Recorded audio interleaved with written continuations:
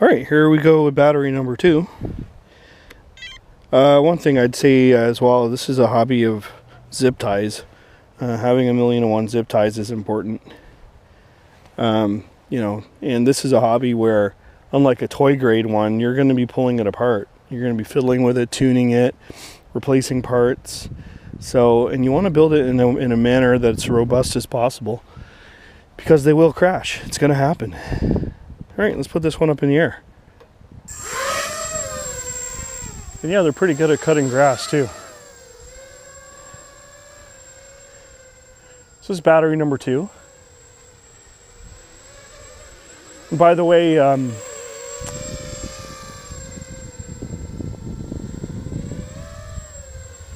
I gonna say?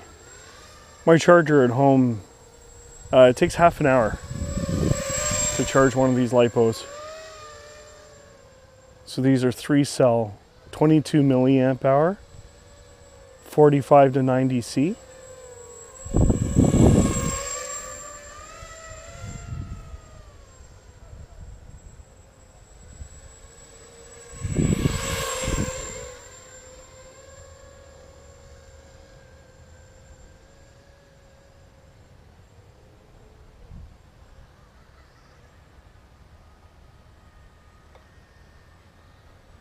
And it went pretty far out that time, but no problem.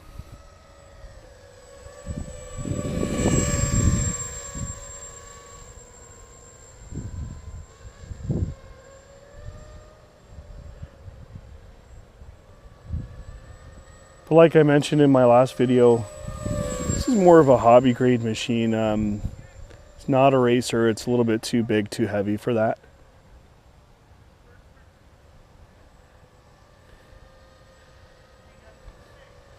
But if you want to have some really good fun with your friends,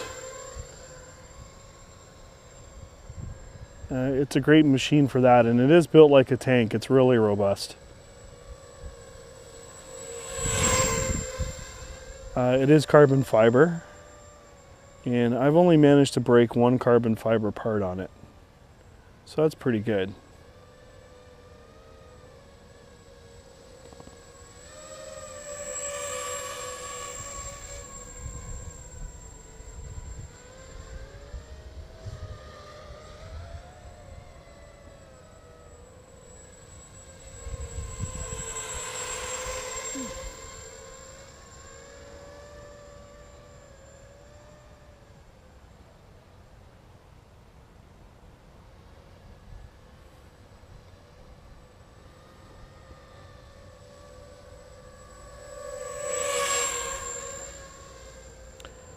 And I know some of you are like, oh, go through the soccer posts.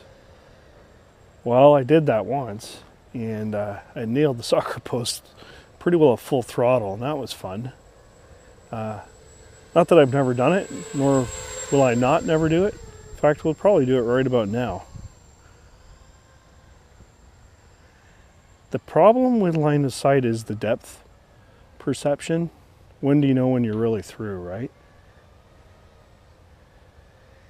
I think it's a whole other thing when you fly FPV. Well,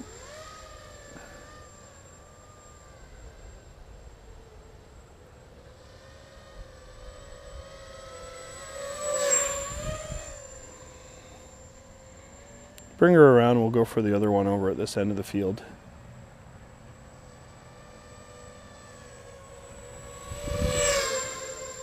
There we go. I had to drop off the last second.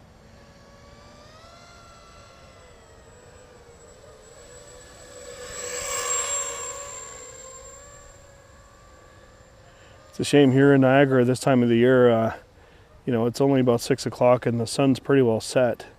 So by the time I get home from work, and with the temps dropping, it's the season's pretty well done. Some of the local guys had a big meet on yesterday, but I didn't go. The weather was kind of rotten. I'm still a beginner at this, so we're getting there. Now that the radio issues are resolved, I mean, I'm not crashing it like I was. It was getting a little bit frustrating because my radio had problems with dropout, and I had to upgrade the antennas, as I previously mentioned. And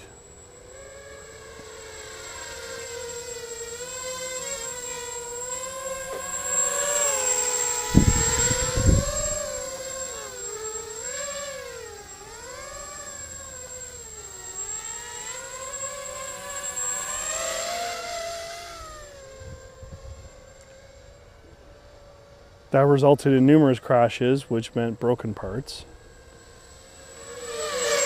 which meant waiting for parts from China, and all of that kind of sucked. But all that's resolved now.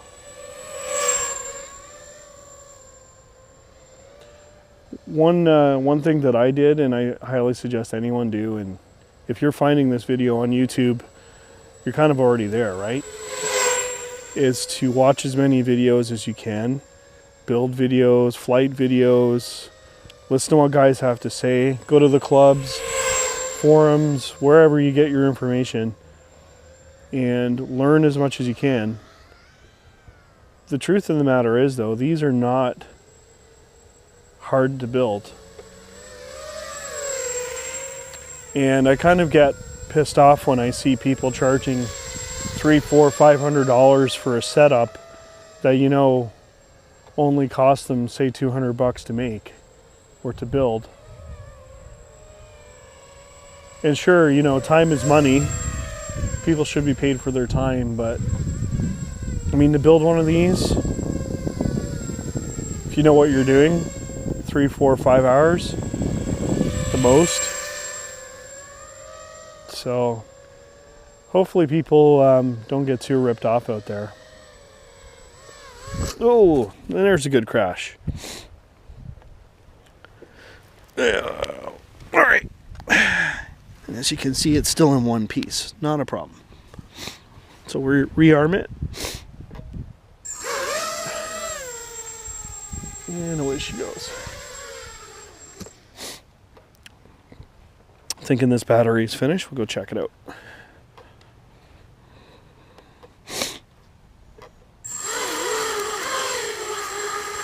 Yeah, battery's done. All right, we'll see you next time, guys.